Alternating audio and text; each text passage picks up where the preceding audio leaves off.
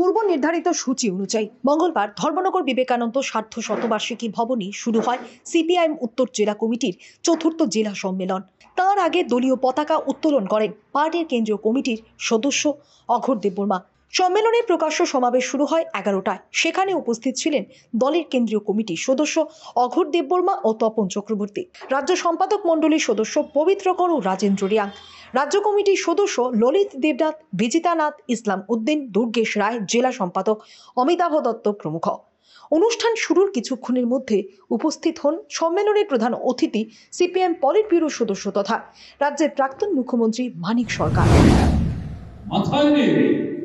আমরা 2025 সালে পদার্পণ করতে যাচ্ছি, এটা মাথায় রাখার দরকার আছে।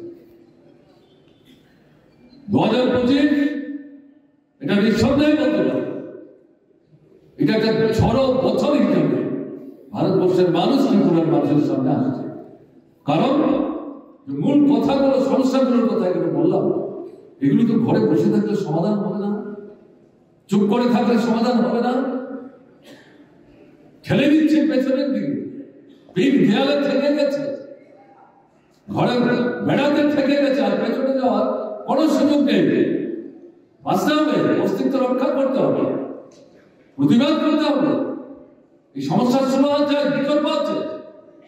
আমরা যারা ভারতের কমিউনিস্ট পার্টি বাঁচলাম, আমরা শুধু 5 বছর পর মানুষের কাছে ভোটের জন্য যাই না, সারা বছর লড়াই করি। এবং এই সমস্যাগুলো শুধু সমস্যা হিসাবে উপস্থিত করছি না, কারণকে আমরা বলি, এগুলো সুরাহা কিভাবে হতে পারে বলি, বিকল্প কি পথ হতে পারে বলি, এবং যে পথের কথা আমরা বলি, কেন্দ্রে রাজ্যে যারাই সরকার চালান, এগুলো তাদের করতে পারার মতো যে সামর্থ্য, এই সামর্থ্যের মধ্যেই রেখে আমরা এই কথাগুলো বলবার চেষ্টা করি। এবং বিশেষ করে যেটা বলতে চাই, ভারতের কমিউনিস্ট পার্টি মার্ক্সবাদী ব্যক্তিত্বে কেরালা, পশ্চিমবাংলা, ত্রিপুরা, 3টে রাজ্যে বামপন্থী ফ্রন্ট সরকার, বাম গণতান্ত্রিক ফ্রন্টের সরকার হয়েছে।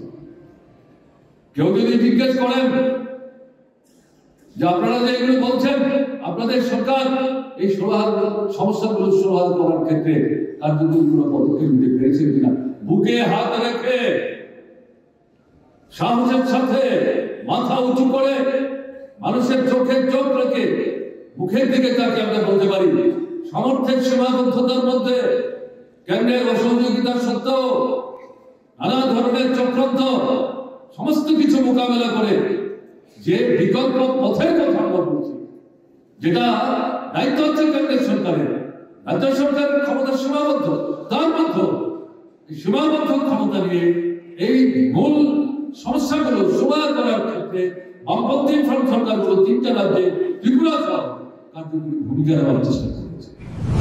এদিকে সিপিআইএম উত্তর জেলার সম্মেলন চলাকালীন পুলিশের ঘেরাটোপে একটি মিছিল ভবনের সামনে এসে মানিক সরকার হায় হায় স্লোগান দিতে থাকে।